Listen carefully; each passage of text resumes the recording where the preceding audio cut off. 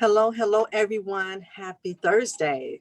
Welcome to my Facebook page. And you know who I am. I am E. Jean, the owner of Enda's BOOKtique. And I have an amazing person who is with me on Facebook Live. We're going to get to who he is in just a minute. But what I want to do is share this on all of my pages and get everybody an opportunity to get up in here. It's been a while since I've been live, probably since 2020. I took a sabbatical, taking a break. As you all know, I had the bookstore, the school. I'm in school. I'm a family person. Way too much going on. So I decided to take advantage of the holidays and give myself a little bit of a break.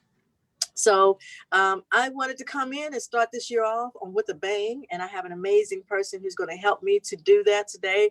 We got started on a conversation, and I had to put it on pause because I almost got to, and there we go. You can hear me. Just want to make sure you can hear me.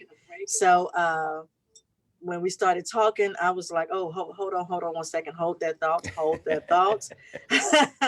Hold that thought. I was like, wait a minute. We need to talk about this live. So let me make sure that I can post this live for everyone to see and get as many people in here as possible who can be part of what we get ready to talk about. First of all, I wanted to say blessings to everybody who has been in support of our bookstore here at Enda's BOOKtique. We're in Duncanville, Texas, just in case you don't know, now you know. And I want to say top of the morning to all of my family, friends, my alumni crew from HBCU and, predominantly white colleges. You know, I've got so many backgrounds and all of that, but I want to say thank you to all of you. And I'm saying that is because last year we moved our bookstore into a storefront, and so many of you all supported our bookstore. So I just wanted to say a quick thank you for that. And I'll do another discussion as relates to that down the road. I want to get into the nitty gritty of the purpose of who and why we are here today. I have a brother who is in New York. It is concrete cold in New York. Uh, so I don't miss being up there. You know, I'm from Chicago, but I've been in Texas for a long time, and I love this weather where it gets cold and then hot and cold. But his name is Mr. Charles Moore, and he is a brother who is doing some amazing things in New York. He reached out to our bookstore. He introduced himself. He introduced his project. He has a very unique project, which has been something that I've been looking into for, I would say, probably the last 2 years. And especially when I opened up the bookstore, one of the things that many people were asking me about is about Black art. I am the first to tell you I am not an expert. I am a very much a person as a novice. I have no idea as relates to Black art, except for I do have Black art in my store just for decorations. But one of the things that I wanted to do is become more acquainted with the culture of Black art and bring that as part of my bookstore, not just to have Black art in my bookstore, but to really understand the culture. And those of you who know me know I am a student for life. So I don't like to haphazardly do things. When I have something in my store, I have it here because of the research that I've done, because I truly understand what the quality of it, what it brings to our community. That's important to me. So I don't just want Black art, though I do want Black arts, but I as a person of a bookstore, I want to be able to communicate the conversation of Black art and why it's relevant and the importance of it and the history behind it. So God is so good because, before I can even really truly pray about this, he brought someone into across my pathway and into my life. And so he is going to talk a lot. I'm not going to say a little bit. Well, I'm going to say a little bit because we probably won't be able to get everything in this discussion and conversation. But he's going to talk about the culture of Black art. And he has a book. So we have books here at our bookstore. We can have them shipped to you. He can have them sent to you. You can come pick them up if you're in the DFW Metroplex area. It is an amazing book. It's a great project. It's quality. So I want to tell you that he did a very good job, an amazing job in putting this book together. So I want to introduce to all of my followers. And of course, this will not be the first time we have him on live because we got a lot to talk about. So we'll probably do a couple of series. But his name is Mr. Charles Moore. Good morning to you, Charles. It's afternoon for you in New York, right? Good morning to y'all and good afternoon. Um, Yes. Happy to be here. Thank you for joining. How's it going for you? Things are going great. I mean, it's Yeah. it's it's a little chilly here, but I don't mind it right now. There's no snow, so I'm happy for that. Right. Exactly. Exactly. So are you originally, you're in New York? Are you originally from New York? No, I'm originally from Detroit, Michigan. Okay. I was born and raised there. Went to all the way up to undergrad. Oh, wow. Um, I moved to New York City in 2005, Okay. and because I had a lifelong dream to work on Wall Street, Mm, um, did that, and it was fantastic to have that experience. But one of my other dreams was to move to Italy, and I also got to do that. So in 2009, I left New York City, moved to Rome, Italy, lived there for 2.5 years. I speak fluent Italian, and then I came back to New York City in 2012. okay. So I'm just totally impressed. And if you are watching this live feedback, or even if it's recorded, you should already be impressed. This is a brother who had goals, set his goals, and so far moving forward were for those goals to become to come into fruition. So had a goal to live in Italy. Not only did you live there, but you speak the language. What an amazing experience. Why did you, where did that come from? You wanting to go to live in Italy. Why did you want to do that? When I was a kid, I was interested in indie film and foreign film in particular, Hmm. and throughout that experience researching foreign film, I realized there were some great foreign filmmakers in Italy. So then I started to watch their movies, and I got inspired by the culture and they just seemed like they were such exciting people. Right. Um, and when I got to Italy, I realized they actually are pretty exciting people, just very warm, welcoming. They actually remind you of African Americans, the Mm, type of people that, love to entertain, love to invite you to their home, love to cook for you. Um, so it just reminded me of being at my aunt's home, at my right. grandmother's home. It might reminded me of being it was like it was Christmas dinner every So, Sunday there. right. Right. Yeah, How cool is that? I like yeah, that. Well, truly, those traits are African American traits. We right, invite you to our right, home. We love right, to entertain and engage. We are very sociable people. So right, uh, right. I've never been there, but now I'm encouraged and inspired to make a trip out to that part of the world and be exposed to the culture out there. So very good. So you're back in the States. You're in New York, and what drove you to New York? Yeah, literally. I also started reading the Wall Street Journal when I was about 15. Hmm. I'd opened my first brokerage account on like a little shortly after my 18th birthday, Right. and I was fascinated with the stock market and fascinated with Wall Street. Okay. And so I dreamed of working on Wall Street one day. Right. So that was why I moved to New York City. Um, Right. Oddly enough, if I didn't move to New York City, I was going to go to Chicago because I used to go there all the time with my family. Right. And right before I decided to actually move to New York City, I took a trip to taken a trip to Chicago, loved it Hmm. as an adult, and I almost moved to Chicago. So you got to be a Bears fan then. Yeah, My I was a home, my Bulls son. fan.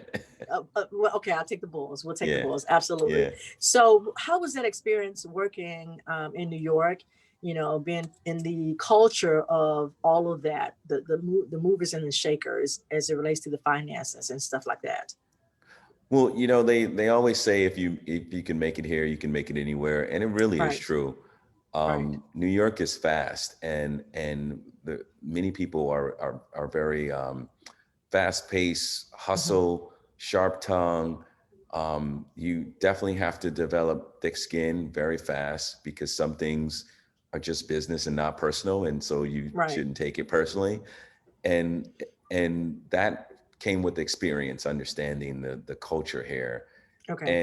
And I think I almost moved to Italy when I was in my early 20s, and I'm really glad that I moved to Italy in my early 30s, because Mhm. after living in New York City, Right, I knew I could step on any place in the world and I could make it. And originally I was right, supposed to be in Italy for a semester, and I ended up being in Rome for 2.5 years, and I could have right, stayed longer. right. It sounds like as you learned the Yeah, language, the culture, you yeah, enjoyed yourself, but yeah. you came back. But So, I so was ready to now come back. you're just ready to come back. Yeah. And so now, what are you doing now that you're in New York? What's going on with Charles in New York? So I just started a doctorate in art and museum studies at Columbia Mhm, University.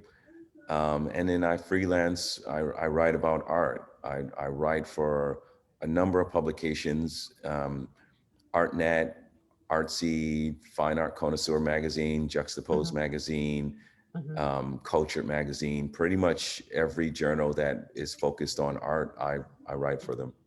Okay. So Yeah. so tell me, I mean, you've had so many different dreams and angles as relates to Charles Moore. How did you get into the angle of art? What led you into that direction?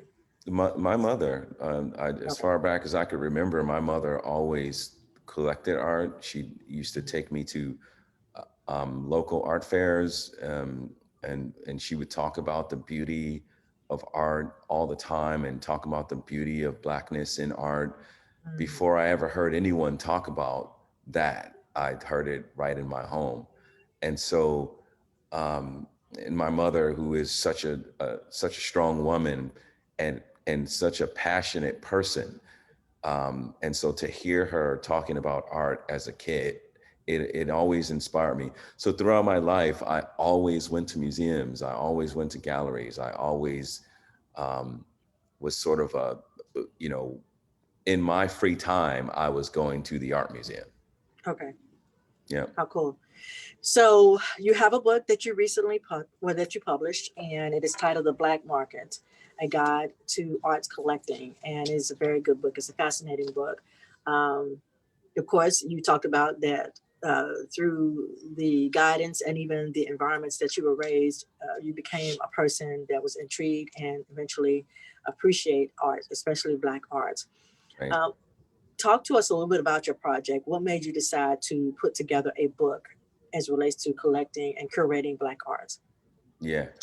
Yeah, so I started again. I started writing about art. I have a finance background. I have an MBA in Right, finance as well, right. and I worked for banks, and I started collecting art in 2012. Hmm.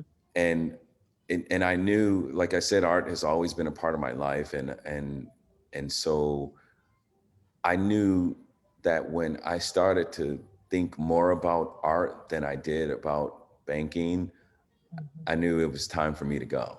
Right. And so I left the bank. Actually, I unofficially left in 2017 when I started my master's, but I officially left in 2018. And I started collecting art in 2012. And when I graduated from Harvard in May of 2019, I started to wonder, what am I going to do in this art world? Like, I know banking, I know finance, I Right. like collecting art, but I don't know what I'm going to actually do in this art world. And I started to think about, things that I was very passionate about. I'm very passionate about books.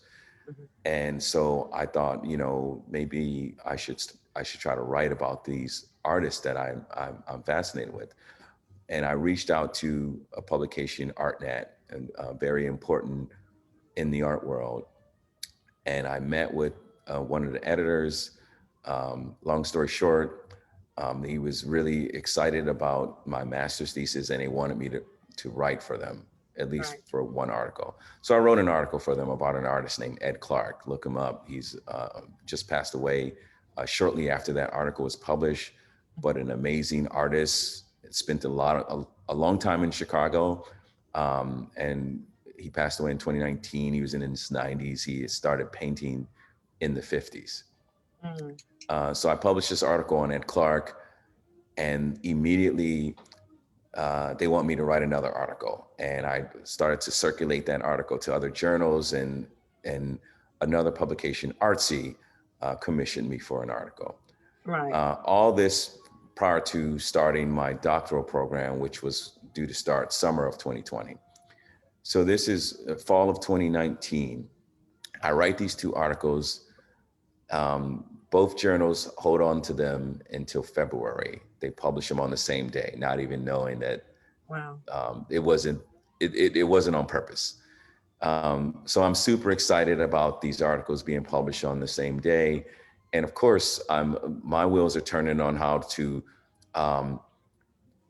circulate these articles to other places so I could start writing more about art. So long story short, I have about 5 articles in the works, commissioned by those 2 journals and another one. And then COVID happens and they put all these articles on ice. Right. And so I love reading. And so I started to read some art books, namely on art collecting. Mm-hmm. And I read all these books on art collecting right when sort of like March, or, when things are started to bubble up and the lockdown was starting to be in the discussion. Right. And I realized that there was a gap in the literature. And I know as a scholar, as a researcher, that we're often tasked with finding the gaps in the literature. Mm-hmm. And the gap in the literature that I found was there's all these wonderful books, and I'm not to say that they're not great books, because they are. There's all these wonderful books on art collecting, Right. written by white men or women, about white artists, about white collectors, Right. about institutions created by white people. And like I said, it's not to say that they're not well written, because they are. They're very informative, and I would even recommend folks to read those books, because I think that they can be very informative. But there are 2 things that I found that were missing in those books. They definitely weren't speaking to the Black audience. Right. They weren't speaking to Black collectors, like they didn't exist. They weren't speaking about Black artists, Mm-hmm. except maybe Basquiat, they would occasionally name. And so my thought was, how are these art collecting books going to inspire Mm-hmm. my community? Right. And then the second thing I thought is, there was this grand assumption that you already knew so much about art. Right. And to me, that sounds very much like being in such a privileged position, that I'm going to pick up this guide to art collecting because I already know about art. Right. I just want to be inspired to collect it. Right. And so that is what inspired me to write the book. Right. And, you brought up a good point. There is an assumption that we already understand the culture of art. So such a privileged, mindset. Right.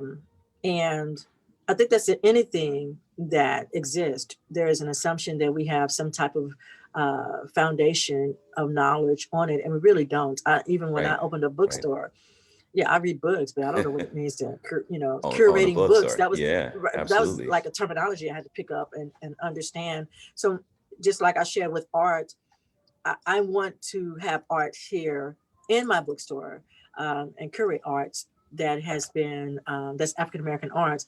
But for me, that's one of the things I realized, okay, I need to understand the culture. I need to understand the nature of this and why this is important and how it really is important and impacts our community.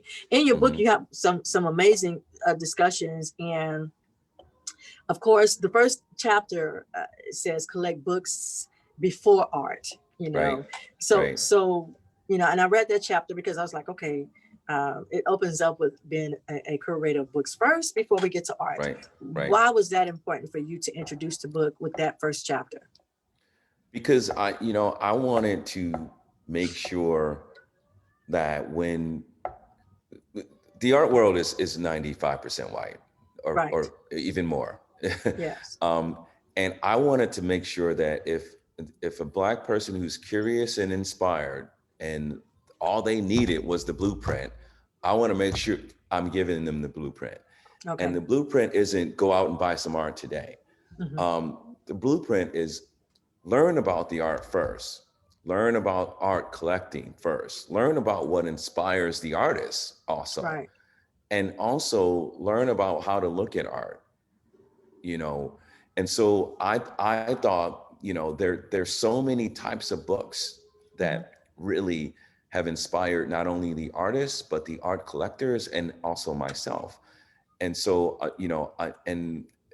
and like I said before, it although most of the books that I put in that section are by Black authors, I Right. included some books by authors who were white as well, because one of the most important books to me to learn about art is John Berger's Ways of Seeing, Hmm. because I think as a enthusiast, as a person who is interested, like yourself, like myself, in learning about art and how to look at it, um, that's one of the most important books that are going to help you with that.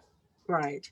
So if you're just joining us, of course, I'm E. Jean and the owner of Enda's Boutique. And I have joining me on this amazing Thursday afternoon is Mr. Charles Moore, who is on it. He's at school right now. So if you guys see people walking in the background, that's because he is doing this interview. He's working on his doctorate at Columbia. Is that where you are working at your doctorate? Yep. Um, Yep. okay. And so, and we're going to get into that just a little bit briefly. We may do a follow up discussion, but we're focusing today on a book that he has written. The title of the book is The Black Market.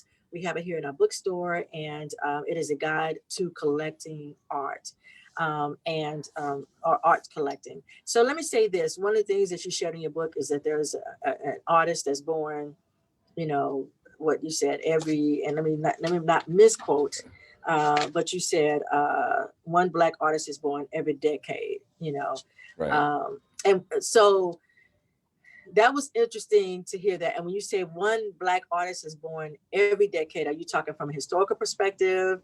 Are you speaking of as it relates to um, common information, or where do you get that discussion from? So the reason I put that discussion in, so Hmm. first off, I want to say that I wrote this book with the art collector in mind, Okay. and so I'm writing this book from the perspective of an art collector, and Right. if I'm also assuming that you may or may not know a whole lot about artists, Hmm. I wanted to give you a brief historical reference point of African American art history. Right. And so basically, this is not to say that there's only one artist born every Right. decade. This is Right. to say that I selected one artist that was born every decade for the last 100 years, Yes. A, to show you that there have been artists And you did a good since the, job in since that. the 20s, Right. um, making incredible art, um, and B, to give you sort of some reference points to Right. to ground yourself, and mostly inspire you to dig deeper and learn about some other artists that are born in Right. 1990 and 1980 and Right. 1970. Right. This is, one of the things that I found very interesting about that chapter is, I selected Renee Cox for 1960. Right. Basquiat was also born in 1960. And originally, I wrote this incredible piece on Jean Michel Basquiat. Right. And then I thought about it and I said, you know what? If I'm reading this, I probably already know a little bit about Basquiat. Mhm. And it's not to say that Basquiat isn't important, but I actually know Renee Cox. And Wow. and I think she is very important and also very fascinating. And she also checks every box of institutional validation that one might expect or accept from one of these creative geniuses of our time. Right. She has an MFA. She did Mhm. her Whitney ISP. She's shot for all the supermodels of the 80s were Mhm. shot by Renee, and then she's been in shows with some of the greatest artists of our time, Right. um, and so I felt like although I wrote that other piece, I felt like I should put Renee there. Right. Um, And just so for clarity for everyone, and you need to get this book, is actually he's just doing, when he says a decade, you actually walking the timeline from 1900s to 1990. So, we know we are, our culture, our people, we are very, very, very dynamic when it comes to music, when it comes to art, when it comes to creativity. We are some of the most creative people in the world. We have always been. I mean, creativity is rooted from Africa, from our history, our culture. We're very dynamic as it relates to that. Uh, what would you say, or what would you recommend? And I want to stick to the script as much.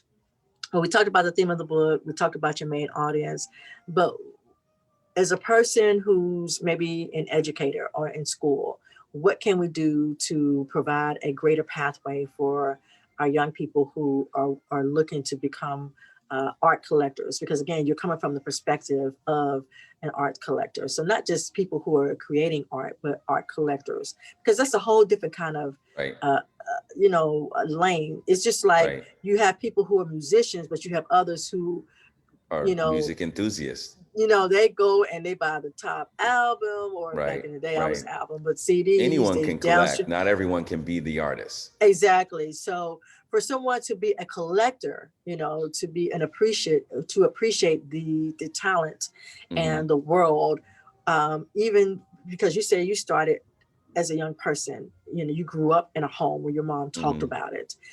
What can we do to create those types of miniature Charles Moore who um, look at art from a very different perspective and see this as an opportunity to be able to experience other people's experiences through the world of art? Right, right. So that's I think that might be the most important question of the day, Right. because that inspires the next generation. Yes. And and I wrote my master's thesis at Harvard. It's called Exclusion to Inclusion: Mhm. Connecting Black Students to Art Museums. And really, that the thesis of that was, if you introduce Black students to art museums early, Mhm. it's not that they're going to become artists, because there's such a small percentage of people who can, as Barack Obama so duly noted, be Lil Right. Wayne or LeBron James. Exactly. But so many people can be the music Right. execs, or Exactly. do the marketing for the NBA, or Mhm. be on the coaching staff. Um, and what I argue, that it's not that if you introduce them to art early that they're going to all become artists or be creative. But Right. what you do is introduce them to the notion that there's all these other roles in art museums, in the art world. There's the art advisor, there's the artist liaison, there's the marketing person for the museum, there's the curator, there's the museum director, Mhm. if you want to aspire to the highest role.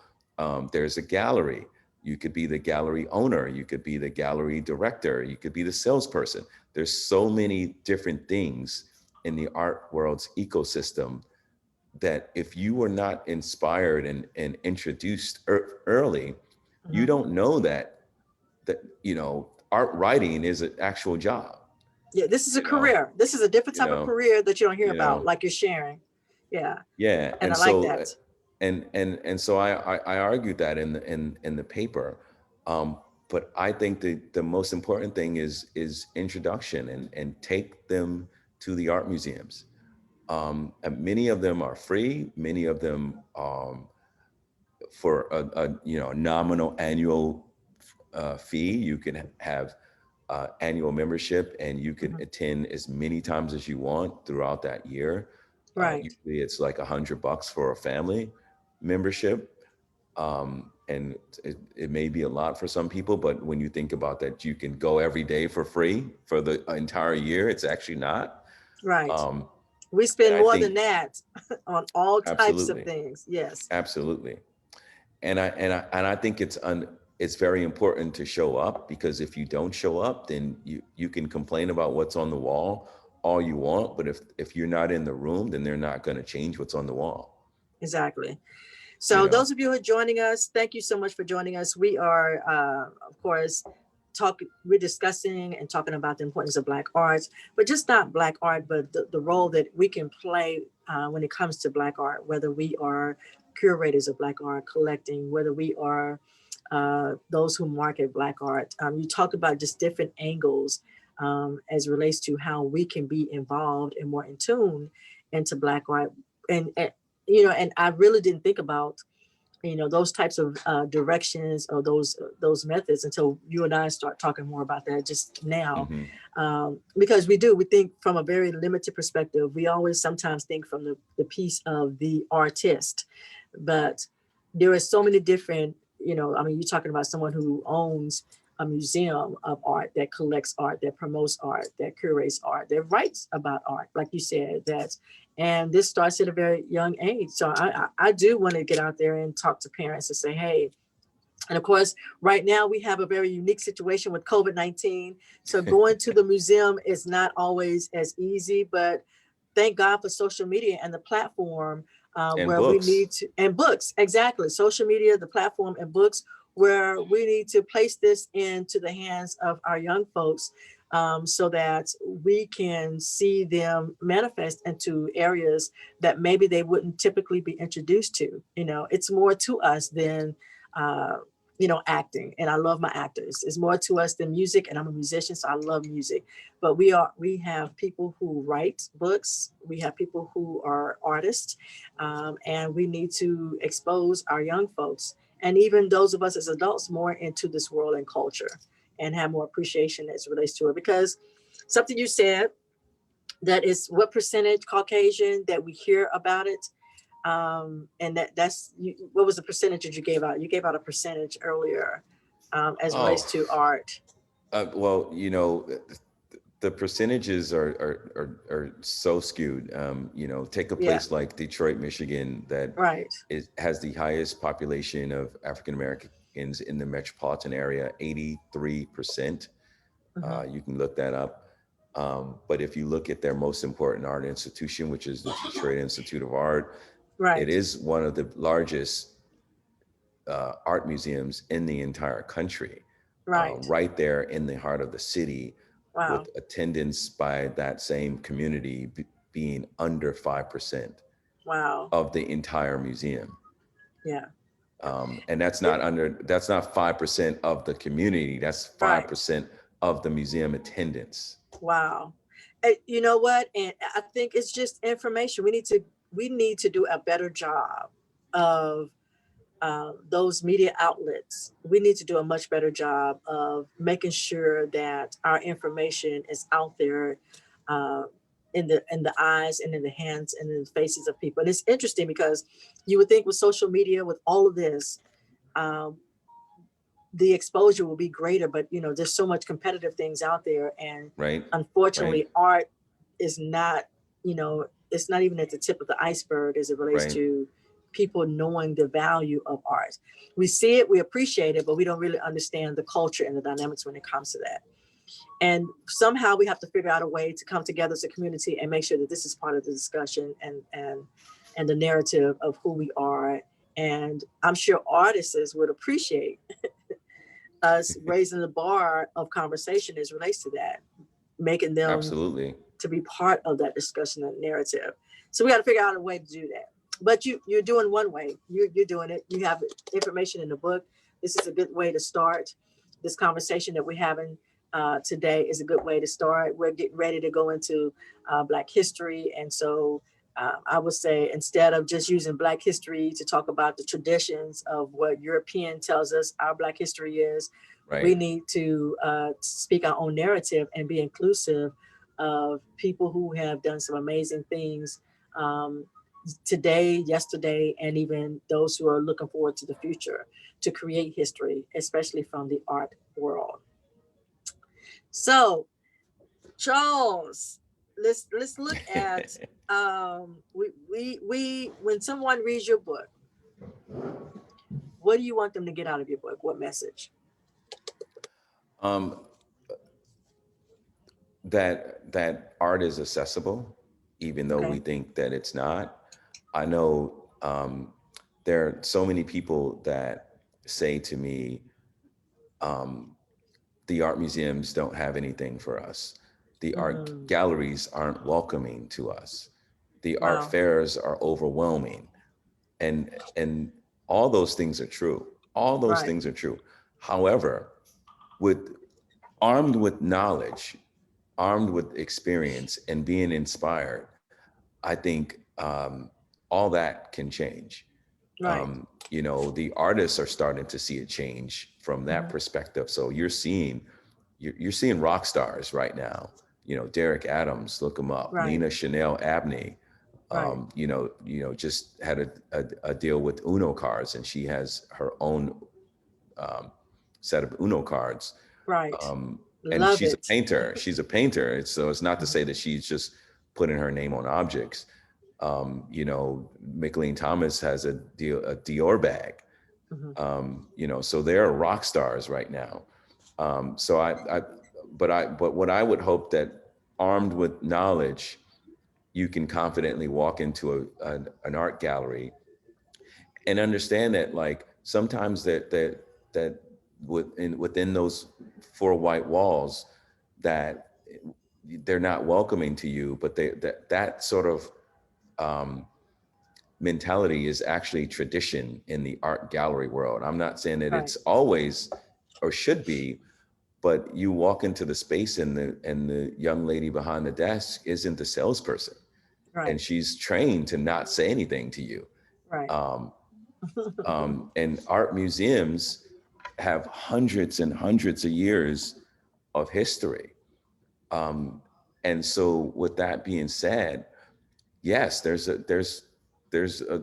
you know not a lot of black art on the wall, but that's starting to change. Yes. And I think if we show up, then it'll change a little bit faster. Right. Very good Because point. once you show up, you start demanding change. Yeah, because you start noticing, wait a minute, we're not we're not represented. But So even there's on expectation. even on the section on art museums, Hmm. I selected museums all across the globe, or excuse me, all across the country, and basically I selected certain shows that they did historically to show people, hey, like, if you lived in Boston and you missed this, then you missed out by not showing Right. up for that. If you live in Houston and you missed that, then they did have a show for you. Right. But if you're not checking for them, then you're not gonna notice when they pull up with a show on Hank Willis Thomas. Right. Right. So you have to have those institutions on your radar, and you have to pull up, because if you don't Right. pull up, then they're not gonna be expecting you to pull up. Right. and Right. and and let's not just pull up and be like the one person in the room. Invite your friends, and Right. invite your relatives. so Exactly. when so when you pull up, and they see that there's 10 or 20 or 30 or 40 or 50, Hmm. they're going to start to have to recognize that we are in that space too. Right. And we appreciate the space. So again, guys, you guys are we're talking to Charles Moore. We're opening up the year 2021 with a discussion on Black arts, the importance of Black arts, and what we can do to support Black artists. You don't have to be an artist to have an appreciation for Black art. If you are a curator, a collector, you work in a museum, the goal is to really, really take the conversation up to the next level as it relates to Black art, and why it is important for us to bring this narrative to the forefront of our discussion. Education is changing. Thanks to COVID-19, how we are connecting to information, the information world is very different. But this is also a perfect opportunity for us to take advantage of our students learning online by bridging them to the gap as it relates to connecting them to art, to information that's outside of traditional conversation or traditional classroom, and making sure that they are learning from people who look like us, that speak our conversation, that appreciate what our culture and our art looks like. This is a perfect example. I'm going to say my cousin in California, Sonia Lewis, she has put together a program to truly engage young people to our culture, to introduce them to our literature, our art. And I appreciate her stepping in and doing that. She launched it last summer, and she's an educator, and she saw a gap and an opportunity to do that. Speaking to you, it's exactly what we need to get done. You know, we need to introduce our young people via through books, via through social media, the importance of art, and how this is not just something that you can be a collector, but this could be a career opportunity, which is what you're talking about. So many different avenues as relates to that. And I love that. Absolutely. Yes, sir. All right. Well, we got to get ready to go. You are working on your doctorate. I want to give a little bit of conversation about that. You're working on your doctorate as relates to what's your focal area? So it's art history and museum studies. Mm-hmm. I'm I walked in the door knowing what I'm going to do my dissertation on. Okay. Um, there is an artist I mentioned earlier, Ed Clark, Mm-hmm. who has been painting since 1950, almost up into his last breath. But he passed away in 2019. But I think he painted actively up until 2013. Mm-hmm. Um, he is a very important artist in the canon of abstract expressionist painters, not Okay. just Black abstract expressionist painters. And I want to make sure that's that he's placed next to all of his peers. That includes Right. Mark Rothko, that includes Jackson Pollock, that includes some of those big names that everyone knows. Ed Clark's name should be right Mm-hmm. in that conversation. Right. Um, so I'm just going to do my part to help that cause by Right. That writing about him. wonderful. Thank you so much for doing that. I'm excited about you working on your doctorate. Congratulations on getting in the program. And we talked earlier about the challenges. So that people who are listening to us, and you're thinking about getting your doctorate, or you're already in the program, for you, what has that experience been like so far? Well, I think if you are unaware of just like things like the process, the Mm-hmm. importance and things like that, and it could be really challenging. I spent 6 months just researching how to do the application. Yes. I think people think that, not people think, but like my understanding was like, I apply, I have the credentials, I get in. But not knowing that like one of the most important things is the essay and researching the university and making sure that your research ideas are aligned with someone's research presently at the school. Because if you don't have someone that's going to be your mentor, then it's just not going to work. Exactly. That's not the school for you. And so like understanding that was a bit of a challenge. And I think, I don't know the percentages of the representation in the programs, but I know in the programs I looked at, it's pretty small. Right. Um, I think there are other books that can inspire you. And I'm reading a book by Malika Grayson, called Hooded: A Black Girl's Guide to the PhD. Mm-hmm. And it's really about her experience, not necessarily the application process, but like understanding the importance of getting a doctorate, and then her journey throughout each year. Right. And especially being a Black girl at an elite institution. Mm-hmm. She also went to one of the Ivies. She did Right. her PhD at Cornell. Okay. So that's a very interesting book. And Right. and this is just to say that, like, let's let's let's go back to when books were cool again. Like, let's Right. let's let's talk about books. Right. Let's sit Yes. at the, dinner table and talk about books. Let's, Right. have a coffee and talk about books. Let's Right. do this Zoom call if we can't get together and talk about books, Yeah. because books are cool.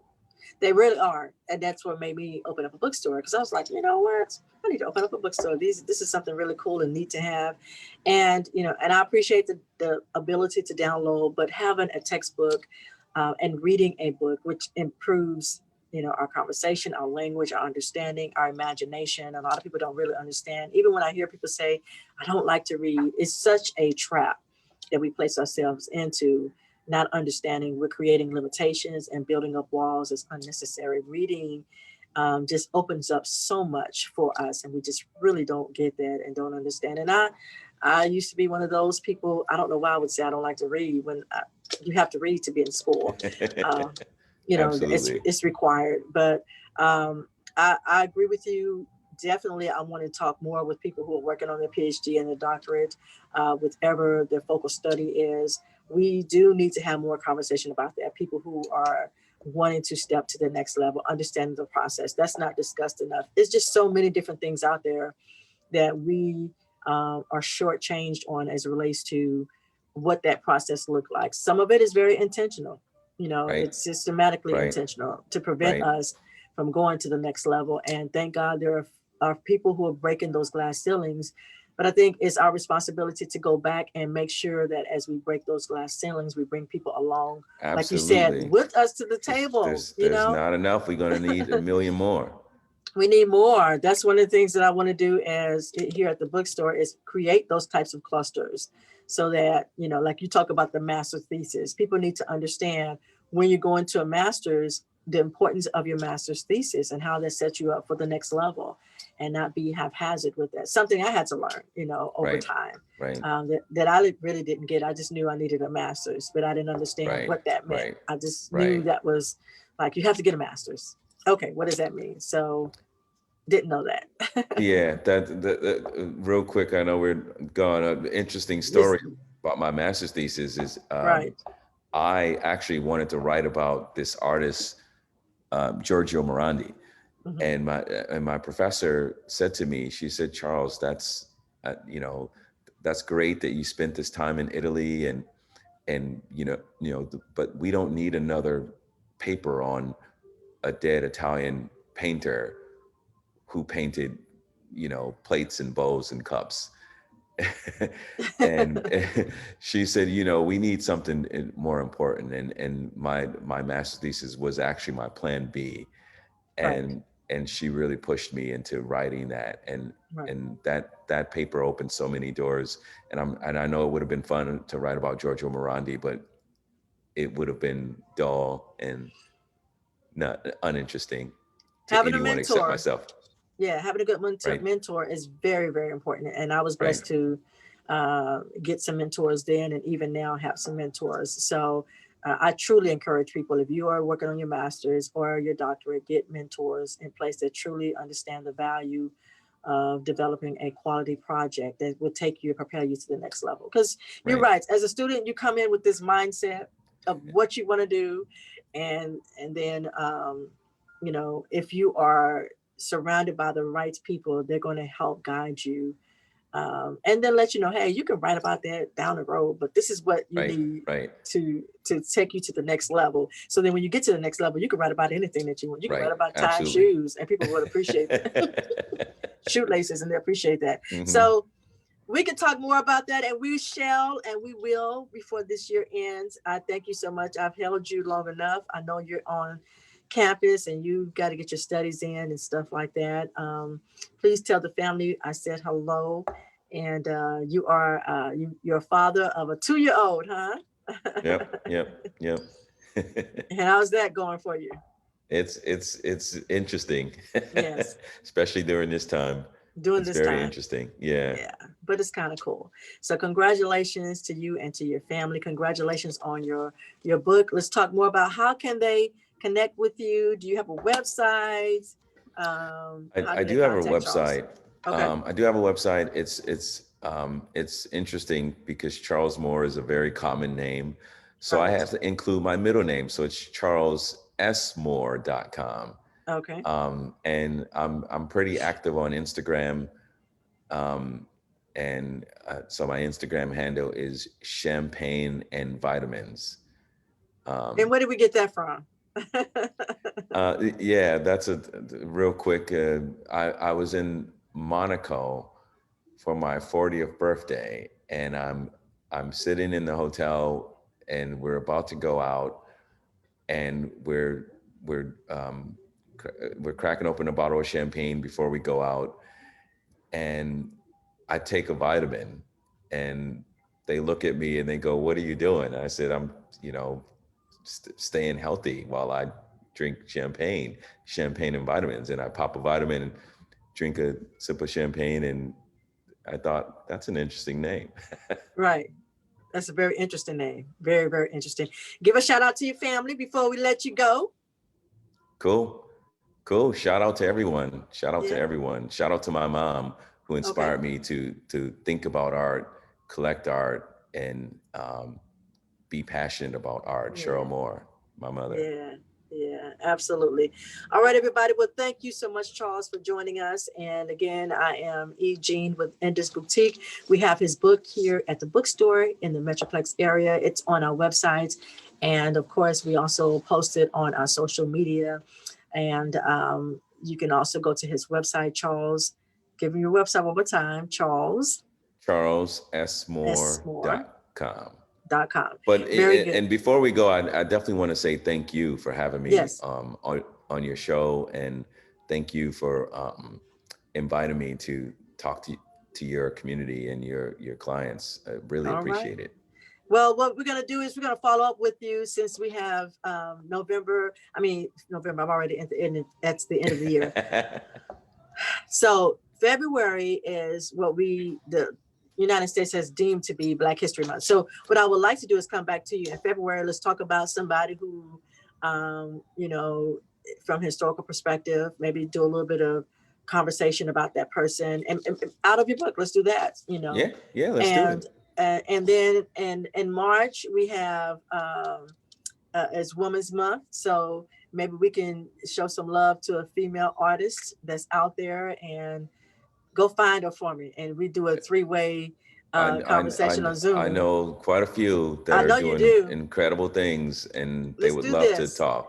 Listen, I am so sold out to doing what I can to support our community in every aspect possible. So I think when God gives me a platform, I do my very best to bring it out there and to share it with other people.